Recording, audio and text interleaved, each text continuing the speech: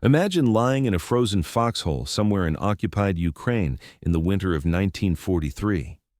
You're a veteran of the Wehrmacht, a survivor of France, of Poland, maybe even of the first brutal winter outside Moscow. You've seen things that would break ordinary men. You've faced Russian artillery barrages that turned entire forests into matchsticks. You've watched T-34 tanks roll over your positions. You've stared down Cossack cavalry charges that seemed to come straight out of the 19th century. But nothing, absolutely nothing, has prepared you for this. It's 3 in the morning. You haven't slept in 4 days. Your hands shake as you light a cigarette, cupping the flame because you know what's coming. You know because it's happened every night for the past week, sometimes 8 times, sometimes 15. Your ears strain against the darkness, listening for that sound, that impossible, terrifying sound that makes grown men whimper and pray to gods they stopped believing in years ago. Then you hear it. A soft whooshing, like wind through canvas, like a broom sweeping across the night sky.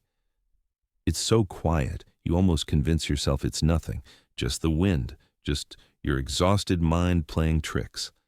But your body knows better. Your body knows that in approximately 8 seconds, the earth is going to erupt in fire and shrapnel, and there's absolutely nothing you can do about it. You don't see the plane, you don't hear an engine. The searchlight crews frantically sweep the sky but find only darkness. The anti-aircraft guns point uselessly at shadows. And then the bombs fall, small explosions that aren't designed to kill everyone, but are perfectly calibrated to ensure no one sleeps, no one rests, no one recovers. This is your new reality. You are being hunted by ghosts, by witches who fly without sound through the frozen night. And the worst part, the part that's slowly driving you and every man in your unit completely insane, is that these supernatural terrors, these Nachthexen, these night witches as your commanders have started calling them, aren't supernatural at all. They're teenage girls flying crop dusters, and they're destroying your army one sleepless night at a time. This is the story of how one of those girls, a 21-year-old named Nadezhda Popova, perfected a trick so simple, so elegant, and so psychologically devastating that it would help break the back of the German army on the Eastern Front. It's a story about turning weakness into strength, about courage in the face of impossible odds, and about how sometimes the most powerful weapon in war isn't the size of your bombs or the speed of your planes, but the terror you can plant in the enemy's mind. The story begins not with bombs or battle, but with a teenage girl who just wanted to fly. In the 1930s, aviation was more than just a hobby in the Soviet Union. It was a national obsession, a symbol of modernity and progress. The Soviet government had established flying clubs. Across the country, over 150 of them, and they were open to everyone, including women. More than a quarter of the pilots trained in these clubs were female. Flying represented freedom, possibility, a future that looked nothing like the brutal past. Nadezhda Vasilyevna Popova was born in December 1921 in Shabanovka and grew up in Ukraine. By her own description, she was wild, energetic, restless. She loved to dance, the tango and the foxtrot, but she was bored with ordinary life. At 15, she joined a flying club. The moment she first took the controls of an aircraft, she found what she'd been searching for. After graduating from pilot school, she became a flight instructor, teaching others the skills that would soon define her life in ways she couldn't imagine. Then came June 22, 1941, and everything changed. Operation Barbarossa, Hitler's massive invasion of the Soviet Union, shattered the peace with a violence that shocked the world. 3 million German soldiers crashed across the border, supported by thousands of tanks and aircraft. Towns and cities that had stood for centuries were reduced to rubble in hours. The initial Soviet losses were catastrophic, entire armies surrounded and destroyed before they could even organize a defense. Nadezhda's world burned. Her brother was killed in the early fighting. The Nazis commandeered her family home and turned it into a Gestapo police station. She watched German pilots strafe crowds of fleeing civilians, their faces visible in the cockpits, smiling as they gunned down women and children. In that moment, something hardened inside her. The girl who had flown for the joy of it, for the freedom and the future, now wanted only one thing: revenge. She tried to enlist immediately as a combat pilot, but the Soviet military turned her away. Moscow had barred women from combat aviation roles, even as they were allowing women to serve on the front lines as infantry, snipers, and medics. The logic made no sense. If women could carry rifles and grenades into battle, why couldn't they fly planes? The official answer, as Popova later recalled with bitter irony, was that no one in the armed services wanted to give women the freedom to die. But Nadezhda Popova wasn't the only Soviet woman pilot asking this question. Letters poured into the office of Major Marina Reskova, one of the Soviet Union's most famous aviators, a national hero who had set long-distance flying records and earned the nickname the Soviet Amelia Earhart. These letters all asked the same thing. Why can we fight and die on the ground but not in the air? Reskova, who understood both the capabilities of Soviet women pilots and the desperate need for every available pilot as German forces pushed deeper into Soviet territory, took the case directly to Joseph Stalin. Stalin, recognizing both the practical necessity and the propaganda value of heroic women defending the motherland, issued an order on October 8, 1941, authorizing the creation of 3 all-female air regiments. The 586th Fighter Aviation Regiment would fly Yak-1 fighters. The 587th Bomber Aviation Regiment would fly PE-2 dive bombers, and the 588th Night Bomber Aviation Regiment would fly something else entirely. Something that would soon become the most feared unit on the Eastern Front, despite being equipped with what should have been a death sentence. The training program was brutal and condensed. What normally took 3 years of instruction was crammed into 12 months. The young women, most of them university students barely out of their teens, learned navigation, mechanics, gunnery, and advanced flying techniques. They learned to fly by instruments, to navigate by the stars, to read weather patterns, and to make split-second decisions in crisis situations. As Popova later recalled, we were young, eager, and ready to give everything. None of us thought of failure. We only thought of flying. When the training was complete, the instructors sorted the pilots by skill level. The most experienced, the cream of the crop, were assigned to the 586th Fighter Regiment. The second tier went to the 587th Bomber Regiment, and the least experienced, the ones considered barely qualified, were sent to the 588th Night Bomber Regiment. Nadezhda Popova was among them. She and her fellow pilots were told they would be flying the Polikarpov PO-2, a biplane that had been designed in 1928 as a crop duster and training aircraft. When they first saw their planes lined up on the airfield, more than one pilot wondered if this was some kind of cruel joke. The Po-2 looked like it belonged in a museum, not a war. It was built entirely of wood and canvas, with an open cockpit that exposed the crew to the elements. Its maximum speed when fully loaded was 90 miles per hour. It could carry exactly 2 bombs, one under each wing, each weighing about 100 pounds. It had no radio, no radar, no guns for self-defense, no modern instruments of any kind. Just a compass, a map, a stopwatch, a pencil, and a flashlight. It was a coffin with wings, one pilot admitted, but it never let me down. The German pilots who first encountered the Po-2 called them sewing machines because of the sputtering sound of their small engines. They called them flying coffins because a single tracer bullet could set the canvas alight, turning the entire aircraft into a fireball in seconds. The women couldn't carry parachutes because the added weight would prevent the plane from carrying its bombs. They flew so low that a parachute would be useless anyway. If they were shot down or forced to crash land, they carried pistols with a single bullet saved for themselves. Capture by the Germans meant torture, rape, and execution. Survival as a prisoner meant being tried by Soviet military. Tribunals for treason, which could result in execution or exile to a penal colony.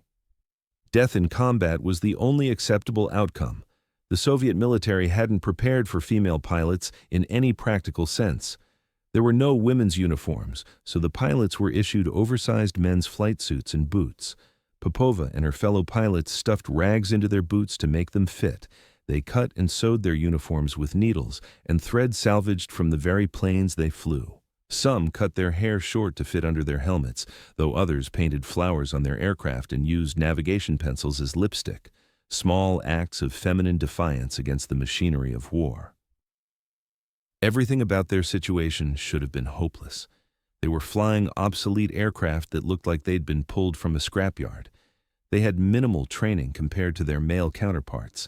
They had no defensive armament, no modern equipment, no protection from the elements or from enemy fire. The experienced pilots had gone to other units. They were, by any reasonable military calculation, cannon fodder, a propaganda stunt that would last maybe a few weeks before being quietly disbanded after suffering catastrophic casualties. The Germans thought so too. When intelligence reports first mentioned an all-female Soviet bomber unit flying antique biplanes, the German pilots laughed. It was seen as proof of Soviet desperation, of how badly the Red Air Force had been mauled in the early months of the war. Some German commanders actually welcomed it, believing these women would be easy kills that would boost morale and provide target practice for their fighter pilots. They couldn't have been more wrong. The 588th's first combat mission took place in June 1942. They were assigned to support Soviet forces defending positions along the front lines. The mission was simple on paper: fly to designated coordinates, drop bombs on German positions, and return to base. But nothing about combat flying was simple, especially at night, especially in aircraft that barely qualified as combat capable. Nadezhda Popova was in one of the first formations to take off. Her navigator sat behind her in the open cockpit. The night was cold, the kind of cold that made your face go numb and your fingers ache even through gloves. They flew at an altitude of less than 3,000 feet, sometimes as low as 1,500 feet, so close to the ground that Popova could see individual campfires in the German positions below. As they approached their target, the sky erupted. German searchlights stabbed upward, brilliant columns of light sweeping back and forth, trying to catch the Soviet planes in their beams. Anti-aircraft guns opened fire, tracer rounds arcing through the darkness like deadly fireworks. The sound was deafening, the concussion from nearby explosions buffeting the small biplane. And that's when one of the Soviet planes was hit. Popova watched it happen, watched the canvas and wood explode into flames, watched it spiral down into the darkness, trailing fire like a dying meteor. Two of her friends, two girls she'd trained with, laughed with, shared dreams with, died in that burning aircraft. There was no time to mourn, no time to process. She had her orders. She dropped her bombs on the dots of light below, pulled up, and flew back to base through the wall of fire. When she landed, her hands were shaking. Her face was frozen, her body numb. The ground crew was already preparing her plane for another mission. "I was ordered to fly another mission immediately," she later recalled. "It was the best thing to keep me from thinking about it." She flew again that night, and again, and again. By the time the sun rose, she had flown 6 missions, 6 times into that hell of searchlights and exploding shells. 6 times she had survived when survival seemed impossible. But something had changed on that first mission, something that would alter the course of the air war on the Eastern Front. As Popova and the other pilots compared notes, trying to understand how to improve their chances of survival, someone had an idea. A simple idea born of desperation and observation. An idea that would turn their greatest weakness into their most powerful weapon. The Po-2's engine was loud, announcing their approach long before they reached their targets. This gave the Germans time to prepare, to man the searchlights and anti-aircraft guns, to track the approaching bombers and calculate firing solutions. But what if the Germans couldn't hear them coming? What if the night witches could become true ghosts, silent predators in the darkness? The solution was as elegant as it was terrifying. They would cut their engines. The physics were straightforward. The Po-2 was so light, so aerodynamically simple, that it could glide for extended periods with its engine off. A pilot could cut the engine while still several hundred yards from the target, glide silently to the release point, drop the bombs, and then restart the engine to escape. The only sound would be the wind whistling through the canvas and wooden struts, a soft whooshing that would give the Germans perhaps 5 to 8 seconds of warning, not nearly enough time to react. But there was a problem. If you cut your engine in a combat situation and it didn't restart, you died. The Po-2's engine was notoriously temperamental. In the cold, engines could seize, oil could freeze, a dozen things could go wrong, and unlike modern aircraft, the Po-2 had no electric starter. You had to manually restart the engine by hand cranking while in flight, while gliding toward the ground, while German guns tried to find you in the darkness. It took extraordinary courage to cut your engine for the first time, to voluntarily give up the one thing keeping you in the air, trusting that you could get it started again before you crashed or before the Germans realized what was happening and blew you out of the sky. But Nadezhda Popova had watched her friends die on that first mission. She had seen how the Germans tracked them by sound. If cutting the engine gave her even a slightly better chance of survival, she would do it. The first time she tried it, her heart was pounding so hard she thought it would burst. She approached the target area, watching for the telltale glow of German campfires and vehicle lights.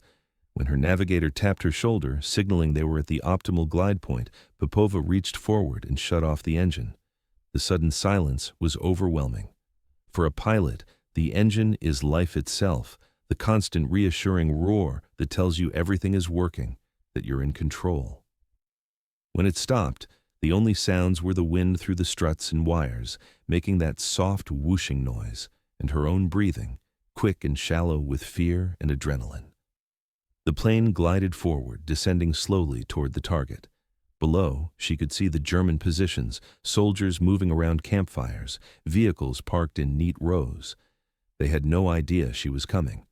No searchlights swept the sky above them. No anti-aircraft guns tracked her descent. She was invisible, a ghost drifting through the night. Her navigator tapped her shoulder again. Release point. The bombs fell away, two small packages of high explosive tumbling toward the German lines. And then Popova was pulling back on the stick, coaxing every bit of altitude out of the glide, while simultaneously reaching for the engine crank, turning it once, twice, 3 times. The engine sputtered, coughed, died. The ground rushed up toward her. She cranked again, harder, faster, pouring every ounce of strength into the mechanical starter. The engine caught, roared to life, and Popova pushed the throttle forward, pulling up and away as the first explosions blossomed behind her, and the searchlights finally came on, sweeping empty sky where she'd been seconds before. She'd done it. She'd attacked the Germans without them even knowing she was there until the bombs hit. And as she flew back to base, her hands still shaking, but this time from exhilaration rather than fear, she knew she'd discovered something powerful, something that would change everything. Within days, the entire regiment had adopted the engine-cut glide tactic, but they refined it, developed it into something even more sophisticated and deadly. They began flying in formations of 3 aircraft. 2 would approach the target area with engines running, drawing the attention of the searchlights and anti-aircraft guns. These decoys would then separate, flying in opposite directions, twisting and turning, forcing the German gunners to split their attention and their fire. While the Germans were focused on these 2 noisy maneuvering aircraft, the third Po-2 would cut its engine and glide in from a different angle, completely undetected. It would drop its bombs and restart its engine while the Germans were still trying to track the decoys. Then, the 3 planes would switch positions, and they'd do it again, and again, and again. The Germans never knew which plane was the real threat, never knew where the next attack would come from. Never knew if the silence in the sky meant safety or impending death. The psychological impact was immediate and devastating. German soldiers on the Eastern Front began to dread the night. The darkness, which should have been a time for rest and recovery, became a time of terror. They couldn't sleep because they knew the witches were coming. Sometimes the attacks would start at midnight, sometimes at 2 in the morning, sometimes at 4. There was no pattern, no predictability, no way to prepare. The sound became legendary, whispered about in German foxholes and bunkers with a mixture of fear and superstition, the soft whooshing of wind through canvas like a witch's broom sweeping across the sky. Soldiers swore they could hear it even when no planes were present, phantom sounds that haunted their exhausted minds. Some claimed the Russian women had supernatural powers. Others said they'd made a pact with the devil. The German High Command actually spread rumors that the Soviet women were given special injections and pills to give them cat-like night vision, trying to rationalize the impossible into something explainable.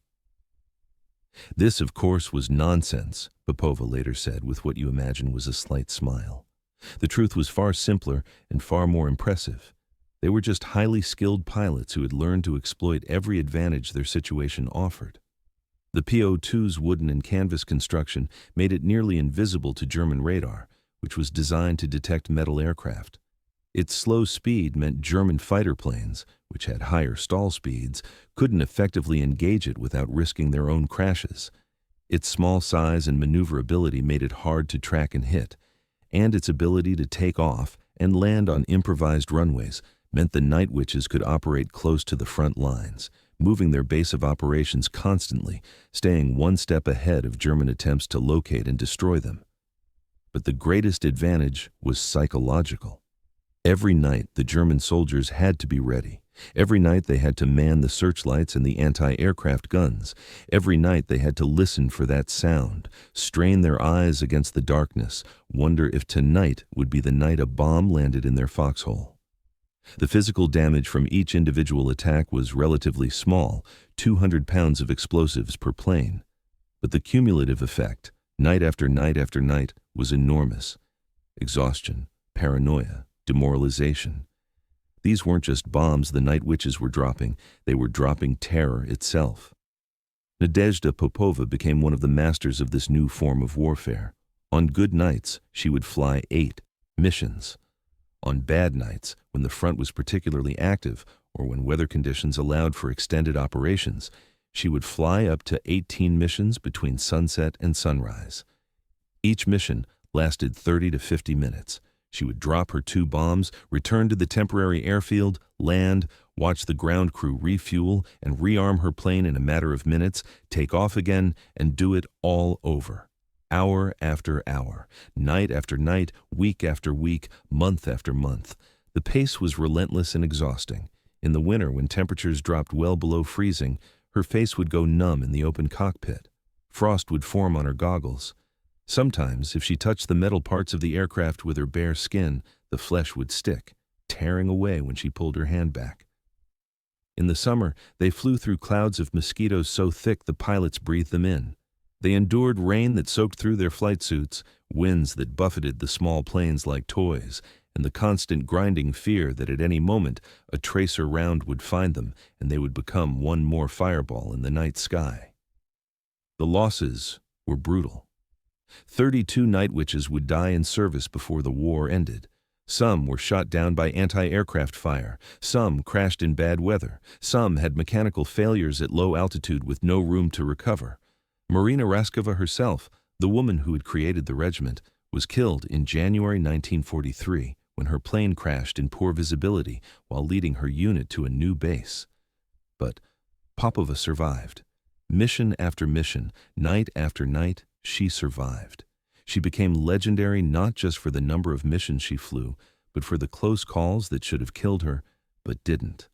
Once, she returned from a mission to find 42 bullet holes in her aircraft. 42. Holes in the fuselage, holes in the wings, holes in her helmet, holes in her map. The plane looked like a sieve. The ground crew stared in disbelief, trying to understand how it had stayed in the air, how she had stayed alive. "I got lucky," was all Popova would say. But it wasn't just luck. It was skill and nerve and an almost supernatural ability to read the battle space, to know when to glide and when to run the engine, when to climb and when to dive, where the searchlights would sweep and where the darkness would hide her. The Germans began offering rewards for shooting down the Night Witches. Any pilot who could claim a kill would receive an Iron Cross, one of Germany's highest military honors. Think about that for a moment. In a war where German pilots were facing modern Soviet fighters like the Yak-9 and LA-5, where they were engaging American P-51 Mustangs and British Spitfires, the High Command decided that downing a plywood biplane flown by a woman was worth the same honor as shooting down a frontline fighter. It was a tacit admission of how much psychological damage these women were inflicting, how desperately. The Germans wanted to stop them, but stopping them proved nearly impossible. The Night Witches supported Soviet operations across the entire Eastern Front. They flew in the defense of the Caucasus, disrupting German supply lines as the Wehrmacht tried to push toward the oil fields of Baku. They supported the defense of Stalingrad, that grinding, horrific battle that became the turning point of the entire war. They aided in the liberation of Crimea, of Belarus, of Poland. They bombed railways, fuel depots, ammunition dumps, troop concentrations, and command posts. They dropped food and supplies to surrounded Soviet units, flew reconnaissance missions, and even conducted special operations behind German lines. Between June 1942 and the end of the war, in May 1945, the 588th Night Bomber Regiment flew approximately 24,000 combat sorties. 24,000 times, these women climbed into their wooden planes and flew into hell. They collectively logged over 28,000 hours of flight time and dropped more than 3,000 tons of bombs and 26,000 incendiary shells. They destroyed or damaged 17 river crossings, 9 railways, 2 railway stations, 26 warehouses, 12 fuel depots, 176 armored vehicles, 86 firing positions, and 11 searchlights. The list goes on and on. But the numbers, as impressive as they are, don't capture the full story. The real impact wasn't measured in tons of explosives or destroyed vehicles. It was measured in the German soldiers who couldn't sleep, who flinched at every sound in the darkness, who started seeing threats that weren't there. It was measured in the resources the Germans had to divert to counter a threat that should have been negligible. Extra searchlight units, additional anti-aircraft batteries, fighter patrols that burned precious fuel trying to catch aircraft that flew too slow to intercept effectively.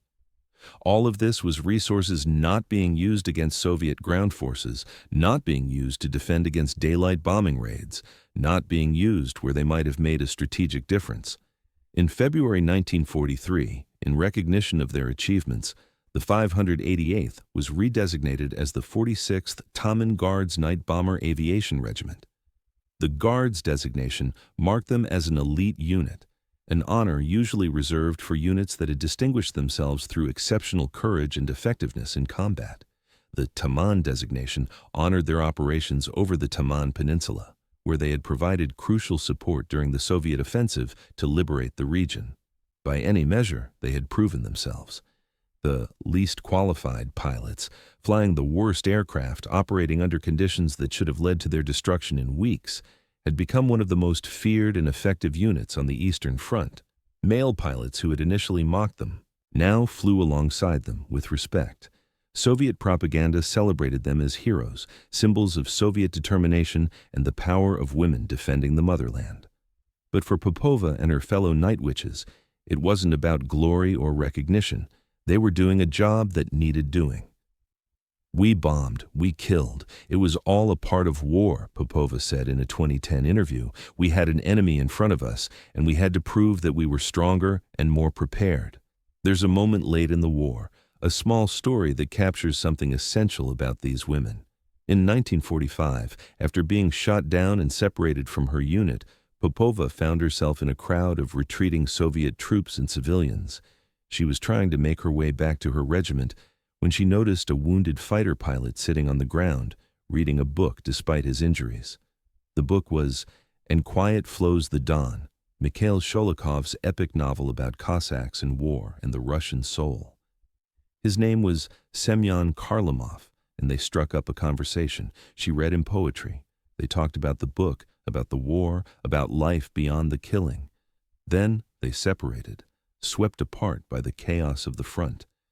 But they saw each other again several times during the remaining months of the war, these chance encounters in the midst of history's largest and bloodiest conflict. And when the war finally ended, when Soviet forces captured Berlin and stood victorious in the ruins of the Third Reich, Popova and Kharlamov found each other again at the Reichstag. Together, they scribbled their names on its wall, marking their survival, their victory, their improbable love born in the midst of nightmare. They married soon after. It's a reminder that these weren't just statistics, weren't just military units and kill counts and strategic objectives. They were young women who loved poetry and dancing, who fell in love, who dreamed of futures beyond the war. They were people who had been forced by circumstance to become warriors, who had discovered reserves of courage they didn't know they possessed, who had looked at impossible odds and found a way to win anyway. When the war ended, the Soviet Union held a massive victory parade in Moscow's Red Square. Units from across the Soviet military marched in formation, displaying the weapons and vehicles that had defeated Nazi Germany. The Soviet Air Force flew overhead in tribute, modern fighters and bombers streaking across the sky.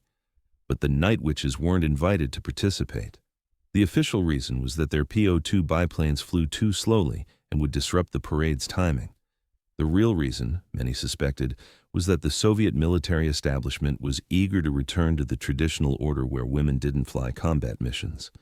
Within months, the female aviation regiments were disbanded. The women were encouraged to return to civilian life, to get married, to have children, to leave the dangerous and unglamorous world of military aviation to men. Some found work as flight instructors, others worked in factories or offices. A few managed to remain in aviation in various civilian capacities. But their time as combat pilots was over, and slowly their story began to fade from memory.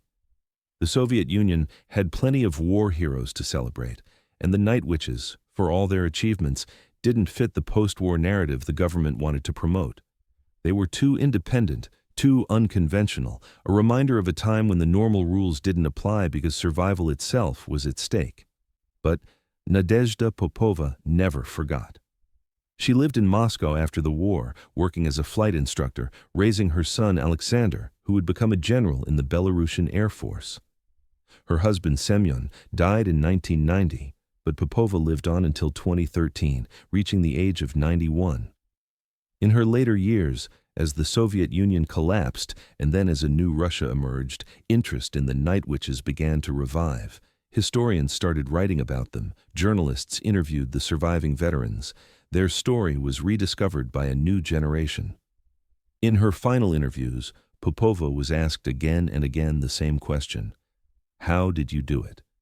How did you fly more than 850 missions into enemy fire, knowing each one might be your last? How did you cut your engine night after night, trusting you could restart it before you crashed? How did you face death so many times and somehow keep flying? I sometimes stare into the blackness and close my eyes, she said in 2010. I can still imagine myself as a young girl, up there in my little bomber. And I ask myself, Nadia, how did you do it? She received some of the Soviet Union's highest honors. Hero of the Soviet Union, the Gold Star, the Order of Lenin, the Order of the Red Star. But perhaps the greatest honor was simpler than that. It was the respect of the men who had fought alongside her, who had initially doubted her, but came to understand that courage and skill have nothing to do with gender. It was the fear she had instilled in an enemy that had thought itself invincible, and it was the legacy she left behind, the proof that sometimes the most powerful weapon isn't the biggest gun or the fastest plane or the most advanced technology. Sometimes the most powerful weapon is something far simpler. It's the willingness to turn weakness into strength, to find innovative solutions to impossible problems, and to keep fighting even when every rational calculation says you should give up. It's the courage to cut your engine in the middle of a war zone and trust that you'll be able to start it again. It's the determination to fly 8, 10, 18 missions in a single night because your country needs you and your comrades are counting on you. It's the refusal to let anyone tell you what you can't do, especially when they're basing that judgment not on your abilities, but on their assumptions. The Germans called them witches, meant as an insult, but Nadezhda Popova and her sisters in the 46th Guards Night Bomber Aviation Regiment wore that name with pride. They had earned it, mission by mission, night by night, in the frozen darkness above the Eastern Front. They had turned a crop duster into a weapon of psychological warfare, had transformed the quiet of a gliding plane into the sound of approaching doom, had proven that sometimes the quietest approach makes the loudest impact. And in doing so, they had helped change the course of history, not through overwhelming firepower or technological superiority, but through ingenuity, courage, and a simple trick that turned the night itself into their greatest ally. The Germans had prepared for tanks and artillery, for massive Soviet offensives with waves of men and material. They hadn't prepared for the soft whooshing of canvas wings in the darkness, for the psychological torment of endless sleepless nights, for the realization that the sky above them was never safe, never quiet, never at peace. That sound, that soft whooshing that German soldiers came to fear more than anything else, was the sound of young women who refused to accept their assigned role in history. It was the sound of innovation born from desperation. It was the sound of courage in its purest form. And it was the sound that helped turn the tide of the greatest war in human history. If you found this story compelling, please consider hitting that like button and subscribing. These stories of courage, innovation, and the human spirit facing impossible odds are the focus here, and your support helps ensure they continue being told. The night witches flew through darkness to defend their homeland. Now, make sure their story continues to fly through time, inspiring new generations with proof that courage and determination can overcome any obstacle, no matter how impossible it seems.